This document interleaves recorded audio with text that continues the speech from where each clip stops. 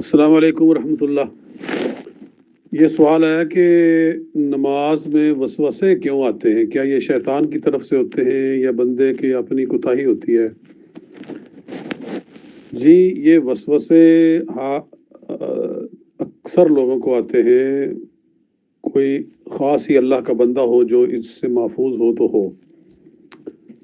اور حدیث میں ہے کہ جب بندہ نماز میں کھڑا ہوتا ہے تو 4 شیاطین اس کے دائیں بائیں آگے پیچھے کھڑے ہو جاتے ہیں اور ہر کوئی اس کو اپنی طرف متوجہ کرتا ہے، حتیٰ کہ اس کو یاد بھی نہیں رہتا کہ اس نے کتنی رکعتیں پڑھی تھی اور کتنی اس کی رہتی تھی۔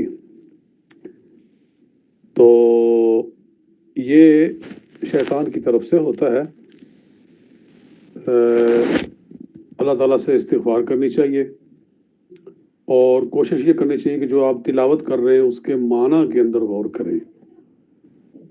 رکوع میں گئے ہیں تو سبحان ربی العظیم، میرا رب عظیم ہے، میں اس کے سامنے میں اس کے سامنے جھکا ہوا ہوں۔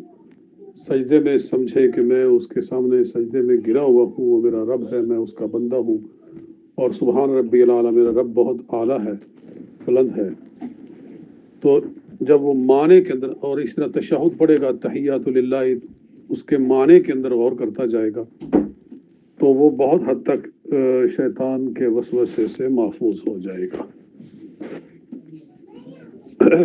اور یہ دعا بھی کرنی چاہیے، رب اعوذ بک من ہمزات الشیاطین واعوذ بک رب ان یحضرون۔